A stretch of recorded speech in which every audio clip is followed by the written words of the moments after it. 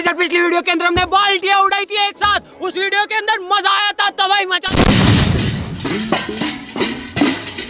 आप लोगों के काफी कमेंट आए कि भैया ऐसी बाल्टियां लो, ऐसी बड़ी बड़ी टंकियां लो, और उन सभी बड़ी टंकियों को क्या करना है, उड़ाना है। आज की इस वीडियो के अंदर आइडिया ये है, ये सारी टंकियां ऊपर आकाश में जाएगी।